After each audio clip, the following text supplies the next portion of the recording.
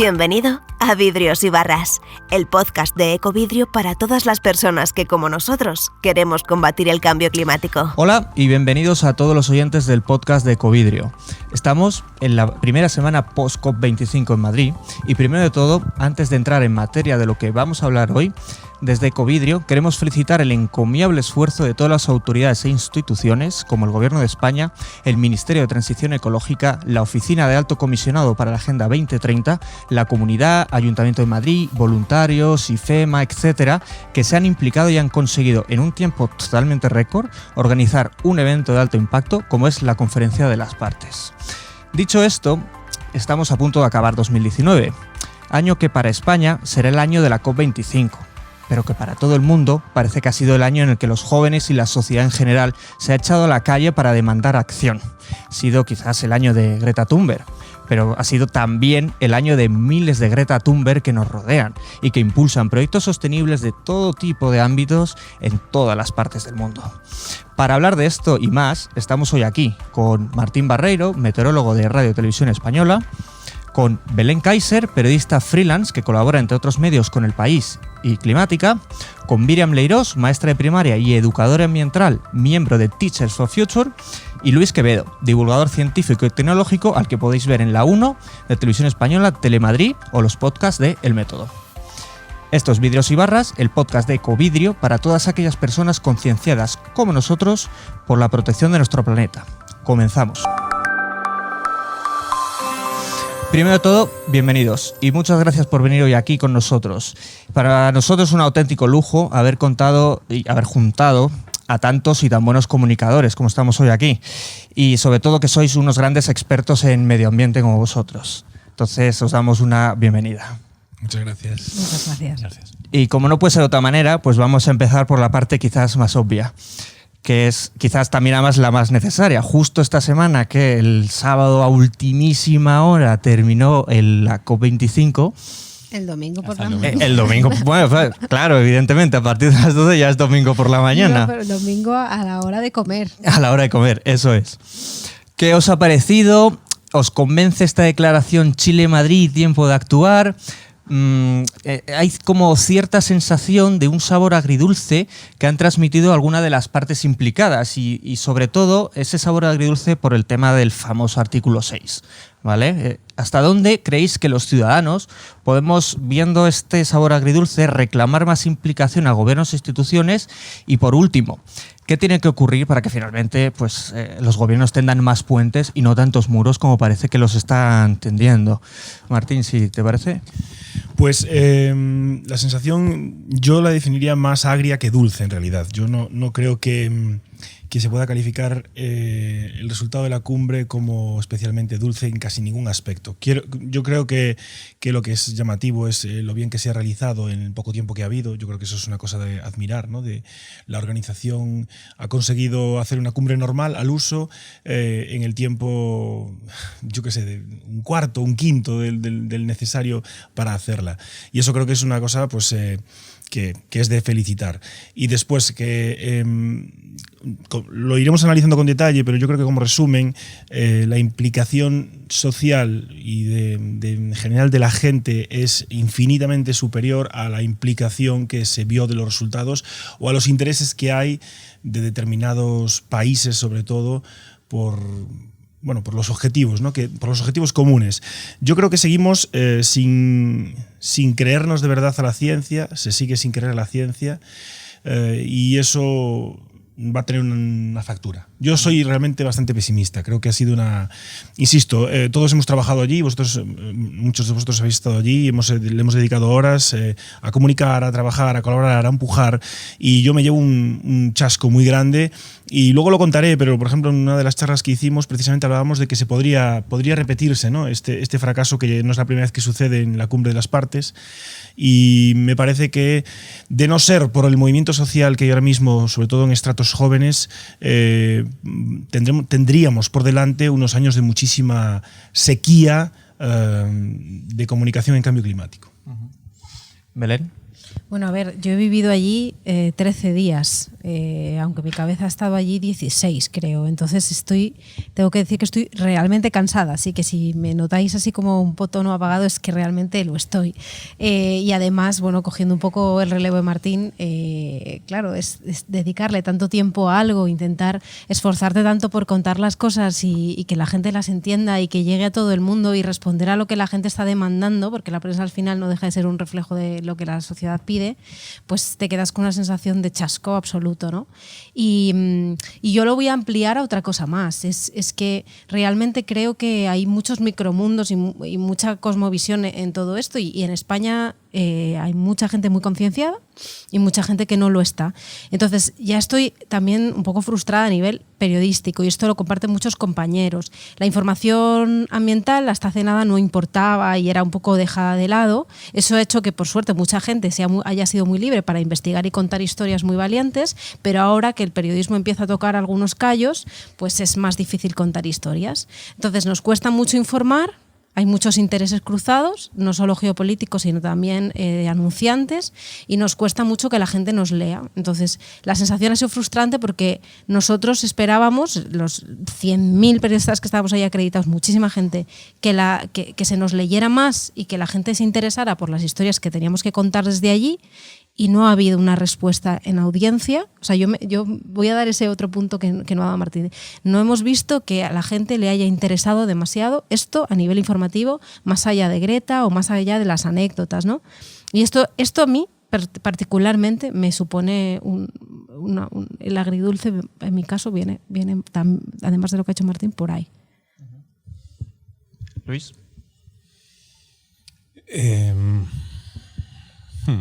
¿Cuál era la pregunta? Un poco. Porque, ¿cuál es claro, el sabor que se te ha quedado, el ¿no? el en la sabor boca. que se me ha quedado, se me ha quedado exactamente el sabor que tenía antes de que empezara la COP, y es que ha sucedido básicamente lo que era razonable que pasara. ¿Cómo me he quedado? Pues compuesto y con razón. Es una pena, pero ha sucedido lo que ha sucedido.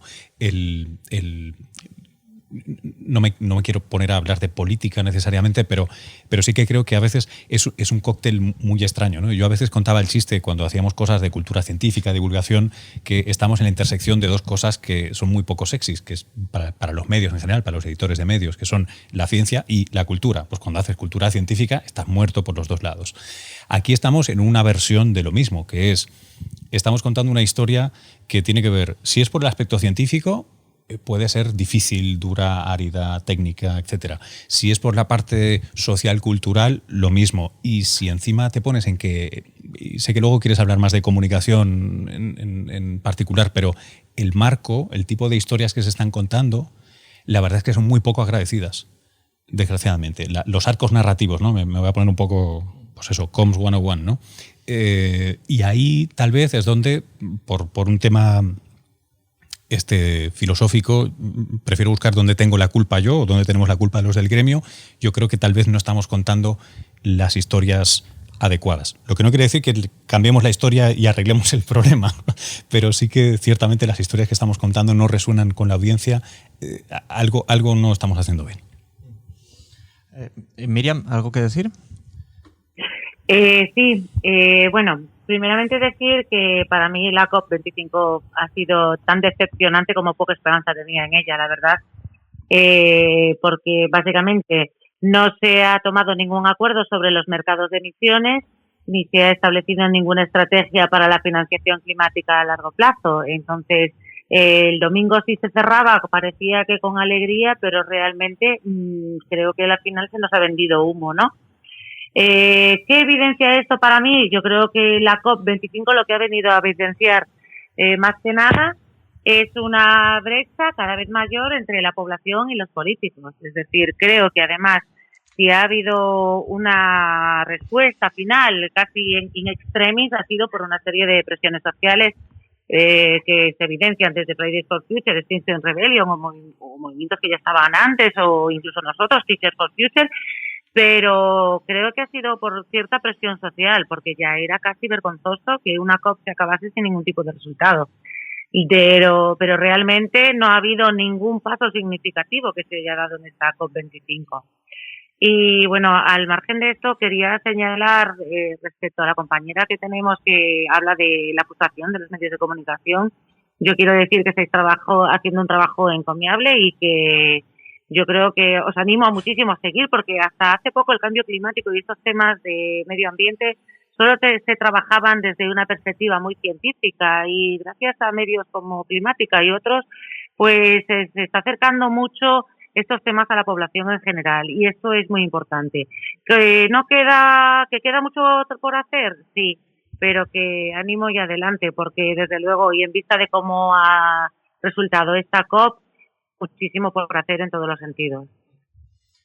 Bueno, entonces parece que entre todos tenemos un sabor parecido que se nos queda un poco amargo, ya sea pues que en los medios de comunicación no recibimos la audiencia que parece que encontramos, a pesar de que hay unas coberturas que todos los medios han hecho especialmente para la ocasión, en las que les han dedicado espacios de 10 minutos, 15, no sé, Martín, ¿cuánto habéis dedicado en Televisión Española? Bueno, no sabría decirte a nivel cuantitativo, pero desde luego hemos cambiado hasta las cabeceras de los informativos y del tiempo y todo. O sea, ha sido una dedicación, podríamos decir, parcialmente, bueno, con exclusividad, ¿no? Era el tema, fue el tema de la semana, sin duda. Y vosotros, que ya tenéis datos de audiencia, habéis podido ver si ha habido más seguimiento, como dice Belén, que imagino que te referías a todos los temas de datos digitales, ¿no? Sí, por ejemplo, así por poner un detalle muy chiquitito para dejar que Martín, porque nos interesa a todos que es nuestra tele y que nos cuente como la foto que tenemos de nosotros mismos, pero lo hablábamos, pues, por ejemplo, yo lo veía como iban cambiando de orden en el país, pues por ejemplo había cosas que yo decía, joder, que esto tendría que estar abriendo, ¿no? Y estaba La Cuarta, con Planellas, es un súper periodista ambiental, es un crack, y estaba haciendo unos análisis que lo entendía cualquier persona. O por ejemplo en Climática se esperaba que fueran a tener pues muchísimas suscripciones o muchas más, o sea, las expectativas eran más altas, que la gente demostrara que le interesa apoyar un proyecto que en este caso no vive de los anunciantes, sino de la confianza de la gente y de los socios. O yo qué sé, pues veíamos que había enfoques muy claros de algunos periódicos y la gente no entraba a verlo, o no sé, yo tenía la esperanza de que fuera a interesar más. Bueno, en Televisión Española las audiencias no han variado especialmente esta semana. Bien es cierto que las teles, la problemática de las audiencias está derivada de otros factores, es decir, es la programación de la cadena la que a veces castiga un informativo o no. Yo lo que os puedo decir, que son las audiencias que yo sigo habitualmente por una cuestión de interés personal, son las audiencias de los espacios del tiempo, y en ese sentido sí que están respaldadas por la audiencia. Nosotros somos los informativos más vistos día tras día, fin de semana tras fin de semana, y nuestra audiencia, la audiencia que ve el tiempo, vosotros sabéis que los espacios que hacemos son largos y introducimos un montón de cosas que no son pronóstico meteorológico del día siguiente y dime si va a llover o no va a llover, que es lo que mucha gente nos acusa. Son esas cosas que la gente dice, a mí solo me interesa que digáis qué tiempo va a hacer el siguiente, el resto es un rollo que os contáis ahí, no sé qué. Y en realidad es mentira, porque luego tú ves las estadísticas y ves las curvas de audiencia y no hacen más que subir. Es decir, que la gente quiere esa información, le gusta. Otra cosa es que haya veces que no estemos del todo inspirados en la forma en la que lo contamos o que no estemos del todo pues afortunados, pero yo creo que sí que hay un público muy interesado en esa información. Yo las informaciones que manejo con respecto al aumento ya fuera de Televisión Española de número de noticias, según he leído, el noviembre ha sido el mes de mayor cantidad de información relacionada con el cambio climático a nivel mundial. Ha subido en Europa, ha subido en España, un 64% con respecto al noviembre pasado, y creo que sí que hay una mayor cantidad de noticias. Lo que sí que me está sorprendiendo lo que cuenta es que no se está recibiendo de esa manera, que el público no la está consumiendo, digamos, de esa manera que a lo mejor esperábamos. No sé si es eso lo que decías. Sí, porque por ejemplo cuando había una noticia de Greta tenía muchísima más audiencia que si tenía y fíjate que no era una ciencia explicada de una forma que no se entendiera o que fuera muy técnica o demasiado, no sé, purista en el sentido de hablar solo para un sector de la población. Eran noticias de divulgación muy bien hechas y interesaba más Greta. Claro, en ese sentido no sé si habéis visto la portada de Ballena Blanca, Sí, el último mes. Son o sea, amigos. es partida a la mitad y sale como todos los medios de comunicación están enfocados a Greta Thunberg y todo lo que es alrededor. Yo creo que sé la marca del barco en el que ha ido, sé dónde ha atracado, sé todo lo que fue la portada de la revista Times. Y lo que no sé es quizás las políticas de género que ha habido de COP25, el tema de los indígenas, no sé tanto de lo que se ha hablado del dichoso artículo 6, que ahora hablaremos de ese, pero de eso sabemos menos. Bueno, cuenta, Luis. por favor. Bueno, yo ahí tengo una opinión un poco más polémica y quizás un poco más no sé, políticamente incorrecta. A mí me encanta que se hable de Greta, sinceramente. Yo creo que yo llevo en esto 18 años y hablando de cambio climático de la orden de 12, ¿no? Porque antes no se hablaba de cambio climático, ni siquiera los meteorólogos, porque yo trabajaba en Galicia, imaginaos hace 15 años en Galicia, cambio climático sonaba completamente a algo lejanísimo. Quiero decir, no había ninguna... Sigue sin haberlo, sigue, que también hablaremos de eso seguramente, ¿no? De que menos osos polares y más cosas que sean reales. Pero de aquella os podéis imaginar. Bueno, pues desde entonces yo lo que sí he visto es que ha sido una travesía por el desierto, de contar cosas que a la gente no le interese, lo que decías de que a veces nos pasamos de técnicos y la gente se despega por completo y que de repente por los motivos que sean, por este mundo Instagramer en el que vivimos o lo que sea, de repente Greta Thunberg es una rockstar. Es que es una verdad, es que ahora mismo yo no sabría deciros si tiene más tirón Rosalía o Greta Thunberg. Y yo creo que yo la apoyo profundamente. Es que es buenísimo esto, es que esto nos ha echado, vamos, sin ella no se hablaría de lo que se ha hablado de cambio climático. Lo que pasa es que, claro, luego meternos en faena y empezar a hablar de cosas interesantes para nosotros, pero no tanto a lo mejor para el gran público, pues es lo que cuesta más. Pero yo creo que ha sido un error y esto ya sí que además quiero aprovechar para hacer la crítica y para polemizar un poco, ha sido un error por parte de gente de mi gremio cuando pues, criticó las palabras de Greta, pues el tono, el how dare you y tal. Yo creo que ahí cometemos un error gravísimo y somos muy responsables nosotros de criticar a nuestra mayor aliada. Quiero decir, te puede no gustar el tono, pero te callas, ¿sabes? Porque es que ella está llegando a tantos sitios que nosotros jamás llegaríamos. Yo no me refería tanto a eso porque es que no puedo ser más fan de ella, sino cómo... Vosotros escuchasteis la rueda de prensa que dio, las preguntas que le hacían, sí, claro. Es que nadie le interesaba lo que ella contara, solo ella como icono. Claro. Entonces, es que ella ha ido a la COP y ha dejado que todos los demás hablen. Se ha utilizado a ella como vehículo y ha llegado y ha dicho, vale, habéis venido todos a verme a mí, pero es que yo no voy a hablar, van a hablar ellos. Eso es que es ella en estado puro. Pero es que los periodistas, en general, nuestro gremio, no les interesaba lo que ella, ni siquiera la respetaban. Ella en la Casa Encendida decía, por favor, no me preguntéis a mí, preguntad a mis compañeros. Ya sé, Greta, que has dicho que no te preguntemos a ti, pero yo te voy a preguntar a ti. Narices, ostras, vamos a respetarla, es que si no la vamos a quemar. Yo me refería a eso, porque realmente sí. ¿Cómo voy a tener algo en contra de ella, no? No, perdona. No, estoy pensando en la ronda de la opinión impopular, entonces me la voy a marcar yo. A mí no me funciona el personaje y intentaré argumentar por qué.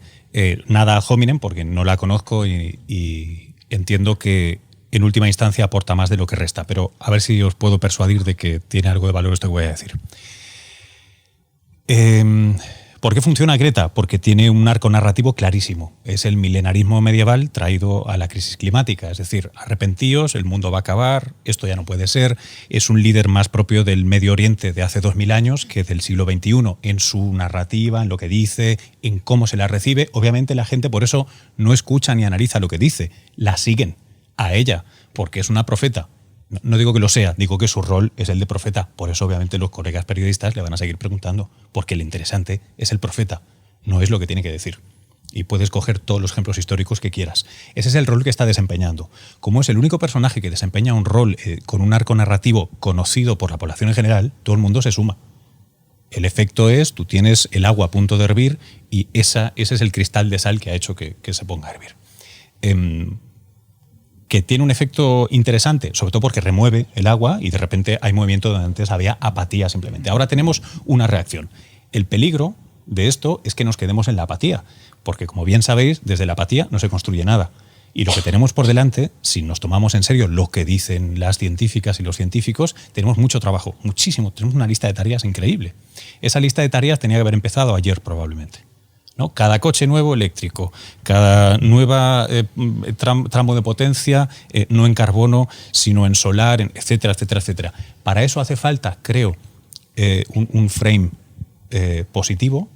El ejemplo más cercano que tenemos es de la mitad del siglo XX, que es la construcción posguerra, la construcción post-Segunda Guerra Mundial. Se hace de una manera muy fácil. Cosas económicamente estúpidas, como es el programa Apolo y toda la inversión que se hace en ciencia y tecnología, se hace porque te proyectas un futuro fantástico. Económicamente insostenible, que iba contra todo el orden legal y económico que había, y sin embargo animas a poblaciones a que lo persigan.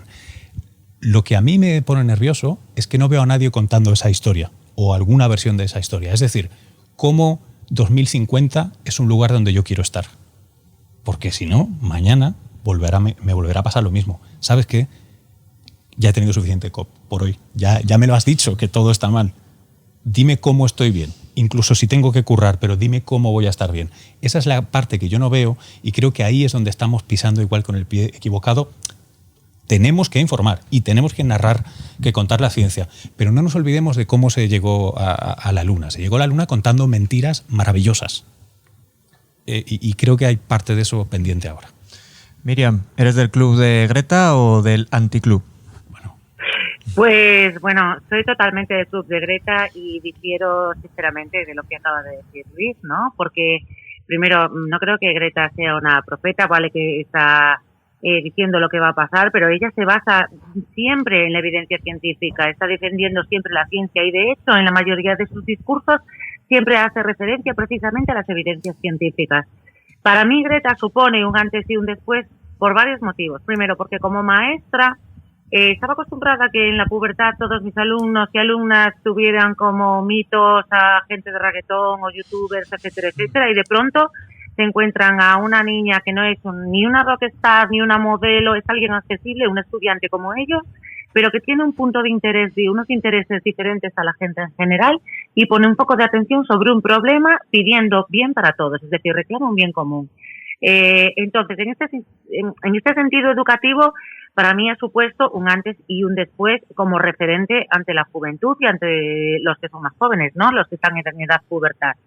Pero además, quiero hablar que había mucha gente peleando por hablar de cambio climático, como antes decía Martín Barreiro, a la que no se le hacía caso. Había muchas ONGs peleando desde los años 70, incluso antes, naturalistas. Estábamos nosotros como teachers, pero no nos llamábamos así. Tuvimos que aprovechar el tirón precisamente, porque antes nos llamábamos el guiño verde y pasábamos totalmente desapercibidos. Y gracias a Greta se ha unificado todo un movimiento y se ha dado fuerza. Entonces, Greta creo que supone un punto de inflexión en todo esto, pero también es cierto lo que decíais antes, es decir, no nos podemos quedar solo en el personaje, pero es que en toda la sociedad, y más en esta sociedad neoliberal, de todo se quiere hacer un reclamo publicitario. Y ¿sabéis cómo se acabó con los hippies? Es decir, se convirtieron en moda.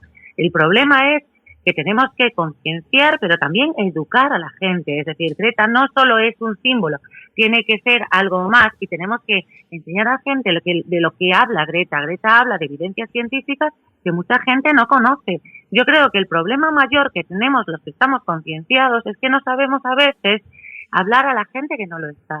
Generalmente los que compramos climática o ballena blanca, etcétera, etcétera, ya somos gente que estamos concienciados, que sabemos lo que pasa. Tenemos que llegar a lo que yo llamo el núcleo duro o la gente de la sociedad en general que no sabe lo que supone, lo que hay detrás de sí en un aguacate que viene con miles de kilómetros, ¿no?, de importación. Entonces hay mucha gente que comete atentados ecológicos en actos cotidianos y que los desconoce por completo. Pero luego, cuando hablaba ahora Luis también de que cada coche que se tiene que adquirir tiene que ser un coche eléctrico, no estoy de acuerdo a esto, creo que daría para un debate nuevo.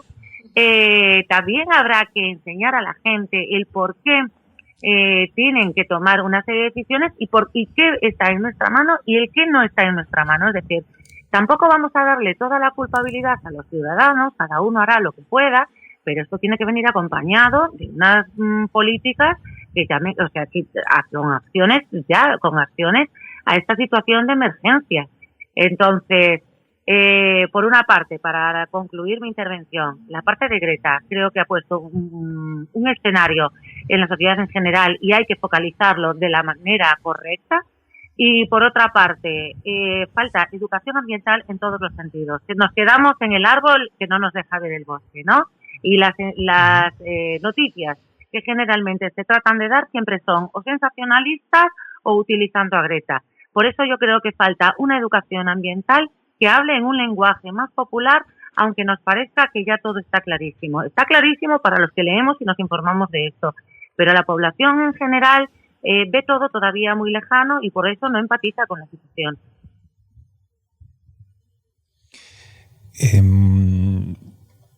Es razonable, es racional lo que dices, pero no es cierto. En comunicación, la coherencia emocional de las historias es mucho más importante que el peso a granel de los datos y su rigor. Si no, como tú bien sabes, hace 50 años que ya tendríamos el cambio climático solucionado. No importa la cantidad de la evidencia ni cómo machaques a la gente o la entierres bajo datos y datos y papers y papers. Y de esto tienes además papers, si quieres, válgame la redundancia, todos los que quieras. La comunicación efectiva utiliza además otras herramientas. La educación está muy bien, pero utiliza otras herramientas. Y sería una discusión académica en la que entraría ahora, pero vamos. Yo es que creo que no estáis alejados. Es que realmente... Yo también lo creo. Es que yo creo que en realidad, precisamente, lo que dices es que yo entiendo lo del Mesías, lo de la religión, lo de que Greta se está convirtiendo efectivamente, pero yo también estoy de acuerdo con Miriam en que el mensaje que ella transmite es súper poderoso y súper riguroso. Y muy, muy, muy bien pensado. O sea, no vengo en barco para que vengáis en barco, vengo en barco para demostrar lo difícil que es venir en barco en caso de querer venir en barco, cruzar el Atlántico. O sea, es como, tiene toda una doble vuelta. Y yo creo que ahí, en ese caldo de cultivo que ya está generando, en esa estela, es donde nos tenemos que agarrar los que aportemos más información, si queremos, o información paralela, y yo también creo en que cómo la contamos, en que tenga coherencia ese discurso y tenga también pues una narrativa interesante, va a enganchar o no. Y yo sí que creo que se están dando alternativas, o empezamos ahora a dar alternativas a la gente.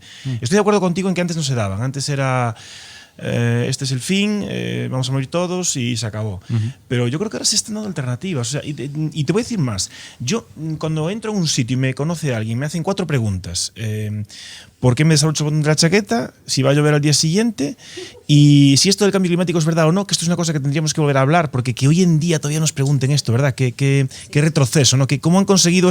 Por eso digo que el enemigo está en casa, y a mí esto del escepticismo, tío, a mí me toca mucho la moral, porque el escepticismo, si me permitís, de los compañeros de mi gremio, meteorólogos como yo, que sean escépticos, esto es una cuestión de llamada de atención. Ir con el mainstream no te hace ser conocido, ser un poco escéptico, de repente, oye, aquí hay uno que disiente, pero ¿que disiente en qué? ¿En base a qué? Es que no hay distinción. La ley de la gravedad, la teoría de la gravedad, no, o sea, te puede parecer que es un poco... Es muy posesiva, ¿no? Ya. Te puede gustar o no, pero... Al hilo de esto que decías, yo el otro día estaba viendo, fíjate, Españoles por el Mundo, televisión española, el Tirol. Pues entrevistaron a una persona que era científico estudiando los glaciares en el Tirol. Y esa persona salió en televisión española, en Españoles por el Mundo, diciendo que él no había visto ninguna evidencia del cambio climático en los glaciares que estaba estudiando él en el Tirol. Bueno, igual él no lo ha visto, pero eso no desestima las toneladas de papers que tenemos. Claro, es que es tan ridículo a día de hoy volver a eso, porque es que en plan, es que yo creo, pero es que yo creo, ¿qué es lo que crees? Es que no me importa lo que creas. Es que si la ley de Newton no es una cuestión de creer o no, está ahí, te guste más o te guste menos, pero es así. Yo justo cuando estabais hablando quería recoger la idea esta de, por eso creo que no estáis tan alejados de la educación ambiental. O sea, a mí me parece clave porque por lo que Martín está deslizando ya veo por dónde va. Yo pensé, y de verdad que lo pensé, que el hecho de que esto fuera una verdad absoluta, y creo que en España, comparado con lo que he visto allí, de las ideas que tiene la gente de Brasil, o sea, los políticos, no la gente, los políticos, o los negacionistas de los países de petróleo, que dependen del petróleo, Estados Unidos, todos los que han estado bloqueando ahí la COP, joder, me he sentido muy orgullosa de vivir donde vivo, de verdad. O sea, yo siendo que aquí hay negacionistas y gente que lo niega y tal, pero es verdad que en España creo que un paso por delante respecto a esos países, o en Europa, ¿no? El tema es que yo siempre pensé que el medio ambiente iba a ser lo que por fin nos uniera a todos en este país, ¿no? En este estado. Pensaba realmente que como es evidente, es algo evidente, nos iba a unir. Pero ojo, que si no haces una buena educación ambiental y no lo tomas como una norma, va a ocurrir como pasó con lo de educación para la ciudadanía, que había gente que no estaba a favor de esa asignatura porque consideraban que era algo politizado. Entonces tenemos que darnos mucha prisa en esta educación ambiental antes de que alguien empiece a decir que la educación ambiental es algo que politiza, porque yo que vivo en este mundo verde y me rodeo de gente que piensa parecido a mí, y esto la sociedad va hacia eso, a que nos acabemos relacionando con gente que piensa parecido a nosotros, puede ser que llegue un punto en el que no nos demos cuenta de que se está construyendo un nido, un avispero de negacionistas, que ya se ve venir en algunas ideas de algunos partidos que bien conocemos, y que me está dando mucho miedo. No sé vosotros qué pensáis respecto a esto, pero yo los pelos como escarpias, ¿eh? Yo sí puedo aquí incluir, yo vengo de vivir casi 10 años en Estados Unidos. Es Marte, es otro planeta. O sea, allí de hecho se dio la increíble pirueta de pasar de un tema que aglutinaba a todo el mundo, que de hecho, no sé si sabéis, pero de hecho es la derecha estadounidense, son los republicanos los que tienen la política ambiental más sólida a lo largo del siglo XX. Nixon establece la ley de parques naturales, etcétera, etcétera, y no es hasta la disputadísima elección de Bush contra Gore, cuando pierde Gore, entonces él se reinventa como adalid del medio ambiente, politiza de una manera horrible, habida cuenta de lo que ha pasado luego, un tema tan importante y tan neutro, o que debiera haber sido neutro. Con la película le dan un Oscar, que eso allí significa liberales de izquierda de California, o sea, tenía una lectura política que yo no sé si se le dio de manera adecuada, pero eso politizó y envenenó el tema climático en Estados Unidos. Desde entonces, y durante casi 20 años, uno no podía ser de derecha y estar sensibilizado para el tema con el cambio climático. No podía porque no estaba bien visto. Entonces, parte de hecho del por qué yo enseguida me tenso cuando damos mensajes muy absolutos, vuelvo a sacar ese tema y lo hacía como arquetipo, el del profeta. No digo que sea una profeta, por favor, sino que ese arquetipo lo que hace es polariza. Entonces va a haber mucha gente que sea muy fan y va a haber gente que no la tolere.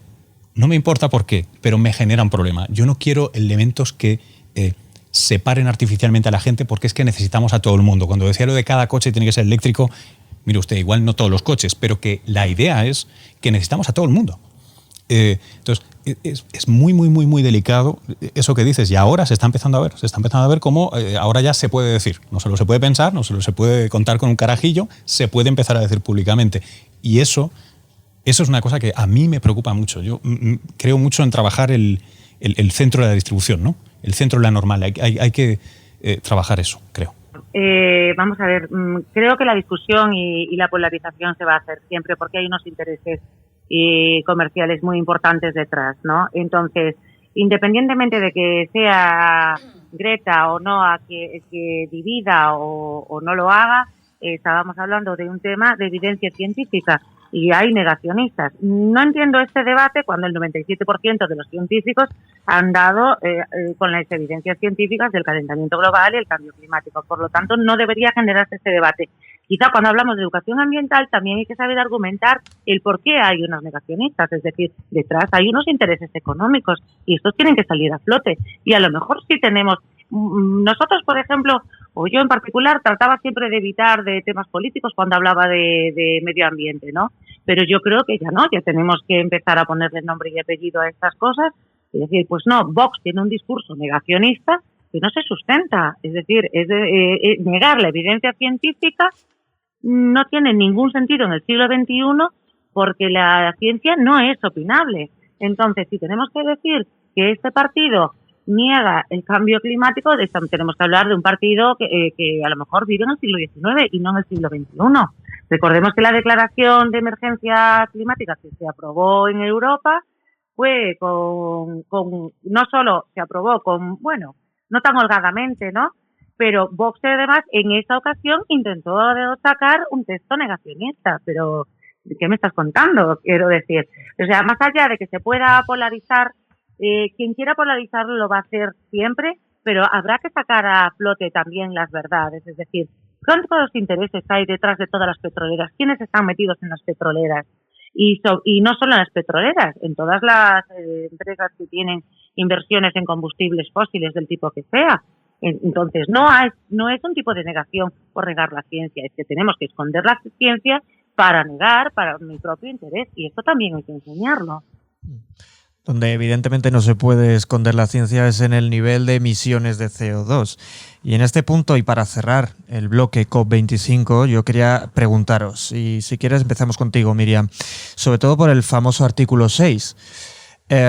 ¿Por qué no se avanza con el artículo número 6? ¿Es un tema económico que los países piensan que están atentando contra el capitalismo? ¿Es un tema político que ellos mismos se ven que hay cierta competencia que se van a ver lastrados? No sé, ¿qué opináis, Miriam? Bueno, evidentemente hay un tema económico detrás y mira, uno de los, digamos, conceptos que me parece más importante ha sido lo de transición ecológica, esta transición ecológica justa. Pero porque no podemos decirle ahora a los países subdesarrollados, vosotros no podéis contaminar, ¿no? Tenéis que quedaros ahí, tenemos que hacer una transición ecológica justa para todo el mundo, yo creo. Pero las medidas tienen que ser urgentes. ¿Por qué no se avanza? Sinceramente no creo que haya un interés en avanzar, porque priman y sobre todo los intereses económicos. Es algo evidente. Todavía en esta COP se estaba hablando de los derechos de emisiones y de la compra de derechos de emisiones. Pero ¿cómo le podemos estar comprando derechos? Habrá que ver. Menos mal que al final se ha concluido el tratar de mantener que todas las medidas que vayan dirigidas a que no se aumente la temperatura de la Tierra. Pero los intereses económicos son indudables. Y lo seguirá habiendo cuando todas las noticias que se dan en torno a medidas sobre la transición ecológica se dan siempre relacionadas al Producto Interior Bruto. Es que cuando el Producto Interior Bruto no es más que un concepto, por supuesto son unas cifras, todos sabemos lo que es y tal, sin embargo no se habla de índice de desarrollo humano, que es un índice que maneja la ONU y que tiene en cuenta muchos otros factores. Siempre lo reducimos todo a una cifra de economía, ¿no? Yo es que quiero comentar que el artículo 6 me parece tan complejo que voy a pasar palabra, que evidentemente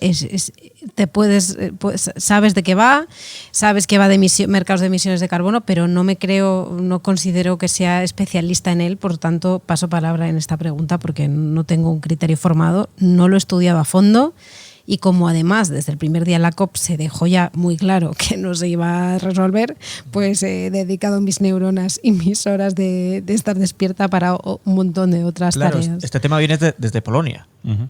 El artículo 6. Bueno, no viene de París. Bueno, viene desde más atrás, pero desde París, Polonia, Madrid, Chile y Glasgow, y hasta dónde acabará, claro. Sí, bueno, es cierto que al menos uno de los escollos claros era que tenemos ya créditos de carbono dados que se quieren o no se quieren actualizar. Es un poco como cuando nos pasamos al euro. Hay gente que tiene todavía pesetas y que está intentando que sirvan todavía. Algunos piensan que a destiempo, otros no. Ese es uno de los argumentos que se ha usado de manera muy sólida para bloquear la negociación. Además de que tiene muchísima miga el asunto. Yo hay una cosa que a mí me llamó mucho la atención, igual solo denoto mi ignorancia en esto, pero desde el punto de vista estrictamente científico, me parece muy poco interesante el mercado de las emisiones de carbono y muy interesante, entiéndase que estoy haciendo una exageración, el desarrollo de un marco legal para regular intervenciones, y abro el melón de la geoingeniería o la captura de dióxido de carbono, etcétera. Tenemos una gran parte de la ciencia que querría estar haciendo cosas positivas, o que las querría probar a ver si se pueden hacer o cómo se pueden hacer, y no me refiero a los espejos en órbita, sino cosas un poquito más pedestres, que no dispone de marco legal ahora mismo. Que sería una cosa muy importante, porque yo cada vez que oigo hablar del mercado de carbono digo, esto es lo de hace 25 años, ¿no? Y ahora estamos no hablando de lo que dentro de 20 años vamos a decir por qué no hablamos en la COP de Madrid del maldito marco legal que me permitiría saber si yo tengo que ir a Canarias ahora a tirar partículas de hierro, a ver si hago un sumidero de CO2 o no, o esto no se puede hacer. Tenemos muchas cosas que no se están haciendo y que tendrían que ser más sencillas porque no tienen baggage, no tienen equipaje de años anteriores. Estoy completamente de acuerdo con lo que dices, porque además es que creo que, bueno, y la analogía con los viajes espaciales, o sea, no se va a avanzar en solución del cambio climático si no se invierte en ese tipo de procesos.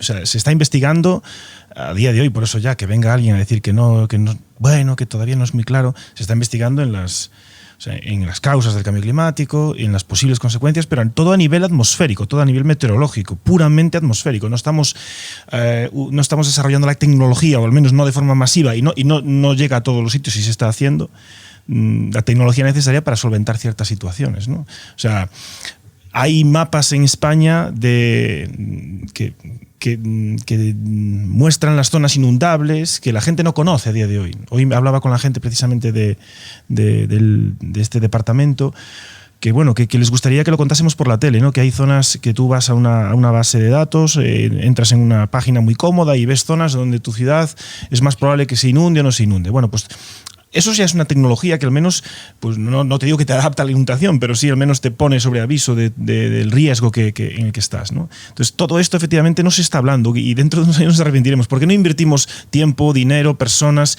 en que investigasen cómo solventar los problemas que son...